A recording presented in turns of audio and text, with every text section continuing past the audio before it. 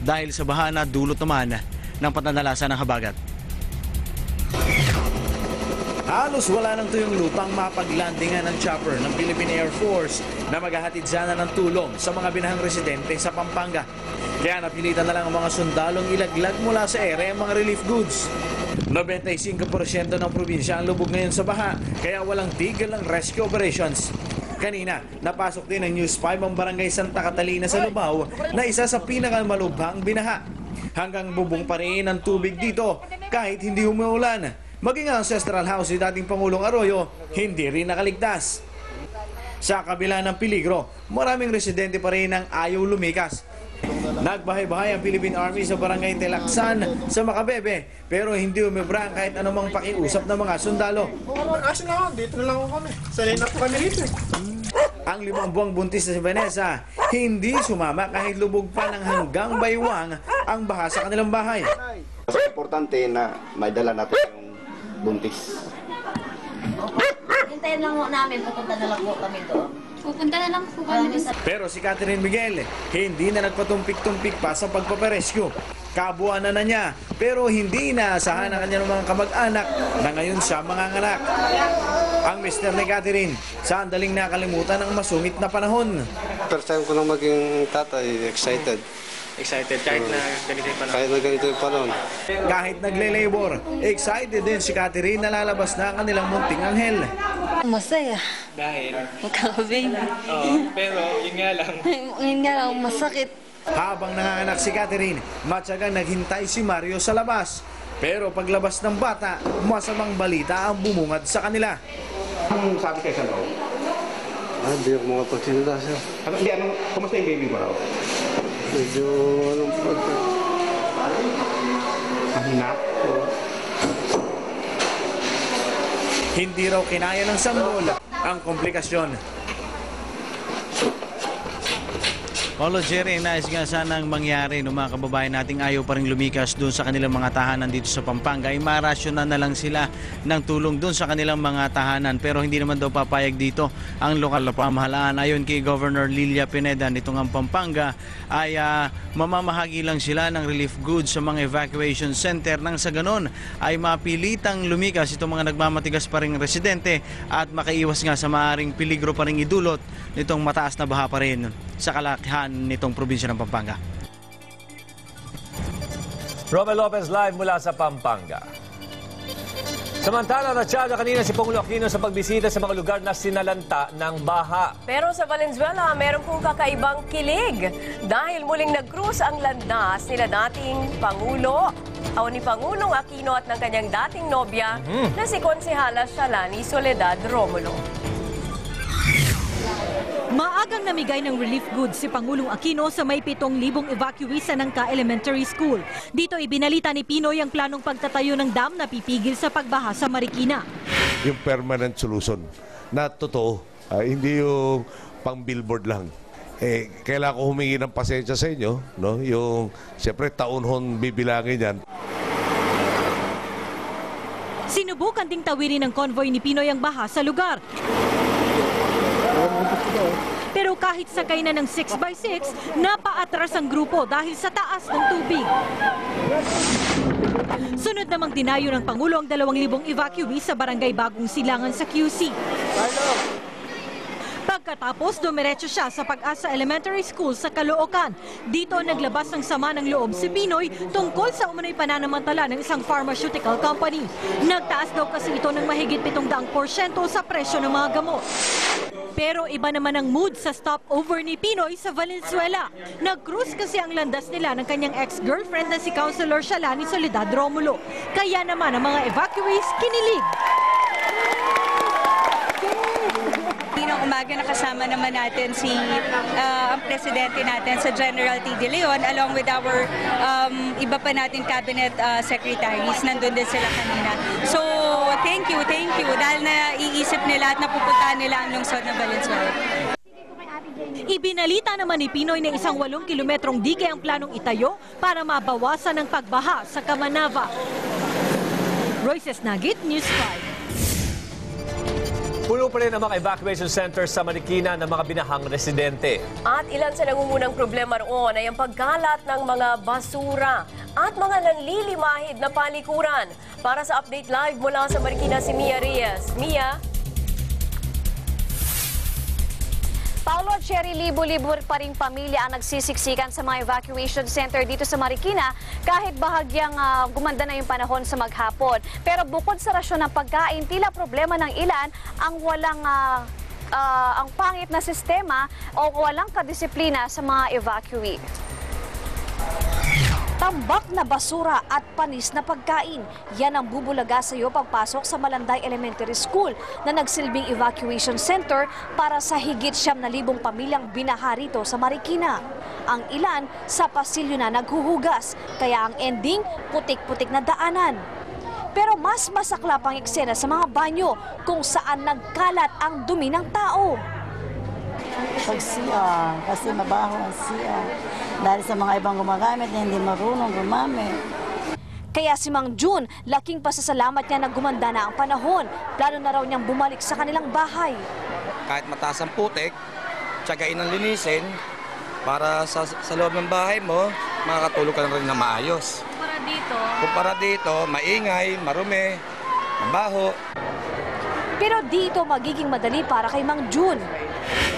Ang mga pulis bantay sarado sa mga evacuee na magtatangkang bumalik sa kanilang mga binahang tahanan. Yung taga dito na noon, inapaalis nila. Bakit yung ibang hindi taga dito? Bakit hindi nila paalisin? Pero depensa ng mga pulis, binabantayan nila ang mga nananamantalang akyat bahay. Bakit namin sila pinapaalis, ma'am? Kasi marami kasing salisi. Kung ang lokal na pamahalaan ng Marikina ang tatanungin, mas malala raw ang nararanasan nila ngayon kumpara kay Bagyong Ondoy noong 2009. Ang bilang ng evacuees noon, nasa 20,000 lang, malayo sa higit 50,000 individual na inaasikaso nila ngayon. Paulo, Cherry, Bangga, alas 10 kanina nang maramdaman na naman dito ang pabugso-bugsong ulan at hindi pa naman ito nakakaapekto sa level ng tubig ng Marikina River na nananatili sa 16 meters. Ibig sabihin, standby for evacuation yan. Pero wala pa naman dapat ipangamba dahil malayo pa yan sa critical level na 18 meters o katumbas siya ng forced evacuation. Kung matatandaan natin, noong Martes ay umabot pa yan sa 21 meters at yan ang pinangangambahan ng mga residente dito. Kaya naman, patuloy ang pagdarasal nila na sana bukas ay gumanda na yung panahon, magtutuloy-tuloy na ito upang yung mga evacuees ay makauwi na sa kani-kanilang tahanan. Paulo, Cherry. Maraming salamat, Mia Reyes, live mula sa Marikina. Samantala, nasawi ang isang lolo matapos madaganan ng gumuhong pader sa kasagsagan ng buhos ng ulan sa Montalban, Rizal. Siya ang 68 anyos na si Reynaldo Hagimit. Kwento ng kanyang manugang, nagising daw sila sa lakas ng kulog kagabi. At ang silipin ng matanda ay nabagsakan na raw ito ng dingding. Sa huling tala ng NDRRMC, nasa 49 na ang bilang ng mga namatay dahil sa pagbahang dulot ng hanging habagat. Magpapatuloy na kaya ang gumagandang panahon? Alamin po natin mula kay Marga Vargas. Marga? Cherry, mararamdaman pa rin natin ang sikat ng araw sa mga susunod na araw. Katunayan, wala ng rainfall warning na nakataas ngayon dito sa Metro Manila. Kanina, halos walang ulap na tumakip sa NCR at sa Southern Tagalog.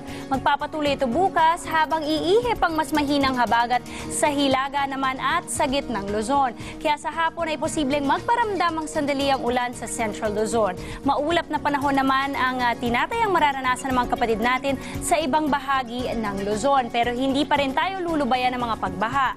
Mababa pa kasi ang Metro Manila kaya nagsisilbi itong catch basin ng ulan mula naman sa bundok. Sementado rin ang NCR at kaunti lang ang mga puno na sumisipsip ng tubig baha.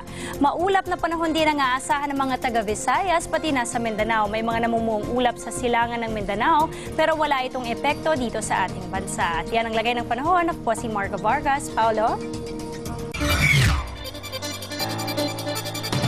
Napasok na ang mga lugar sa Kamanava na ilang araw ring na-isolate dahil sa mataas na baha. Pilit na po ngayong ibinabalik ng mga residente sa normal ang kanilang pamumuhay. Pero sandamakmak na problema ang kinakaharap pa rin nila. Mula sa Malabon, may live update si Camila Banicio. Camille?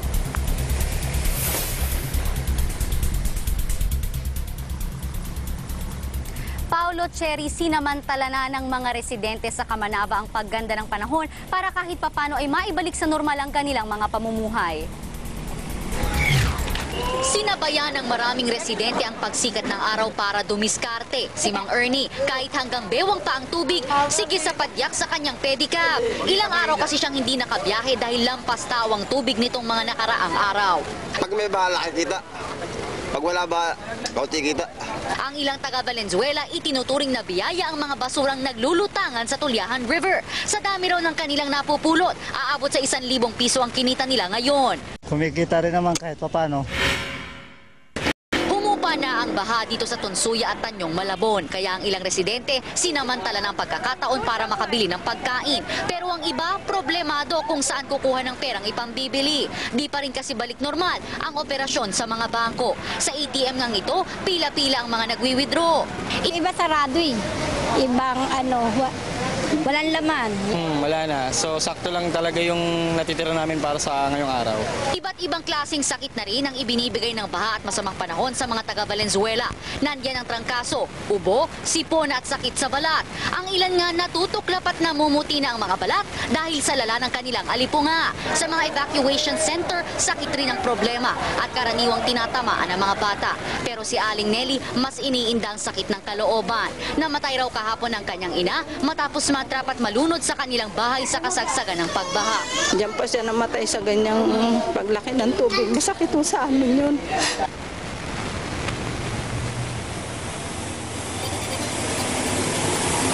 Paulo, Cherry, kahit may panaka-naka pang pag-ulan na nararanasan dito ngayon sa Kamanava area, partikular na sa Malabon at Valenzuela, tuluyan ang bumaba ang baha sa maraming lugar. Pero patuloy pa rin marami ang nasa evacuation centers. Doon nga sa nabisita namin kanina sa Tenejeros Elementary School sa Malabon ay mahigit 1,000 pa ang mga evacuees. At bukod sa siksikan, brownout pa. Kaya patuloy na nananawagan ng mga otoridad dito sa Kamanava area para sa tulong gaya ng pagkain, inumin at damit at gamot. Paulo, Cherry. Maraming salamat, Camila Badicio, live mula sa Malabon. Maraming Pinoy ang nasalanta ng baha, di po ba? Oo, pero imbes na maging malungkot, ginawa na lang po nila itong katuwaan. Ang mga binahang kalye sa Maynila, ginawa na lang kiddie pools. May ilang bata pa, feeling nila nasa Olympics at nag-dive mula sa ilang mga poste ng ilaw. Ala, good luck sa plakda. Habang ang ilan ginamit ang baha para matupad ang pangarap na maging sirena. May mga residente na ayaw lumusong sa baha. Ito, ang galing nitong ginawa nito. Gagawin ko ito pag wala akong bota. Maliliit na upuan. Oh, galing, di ba? Dead ba naman ang iba sa baha? Ito, nagpapagupit pa rin sa barbero. Pareho silang naka... Bali ng basa, basta gwapo. Diba? Ang kuyang ito, binaliwala ang baha at paisi-isi lang habang tumutuma. Ay, walang basta gandang trip. O, di ba meron yung mga nasa beach na umiinom ng piña colada? Oo. Parang ganun lang ang trip ni Kuya, Parang diba? ganun. Huwag lang bila may dumating na malaking May alon. agos na bigla, ano? Oo. Yan po ang mga kalahating oras ng mga balitang dapat ninyong malaman. Dahil ang balitang ito tungkol sa iyo at para sa iyo. Ako po si Cherry Mercado. Saan man, kailanman kapatid. Ako po si Paolo Medjones at ito ang Pilipinas News. Isang magandang umaga po sa inyong lahat.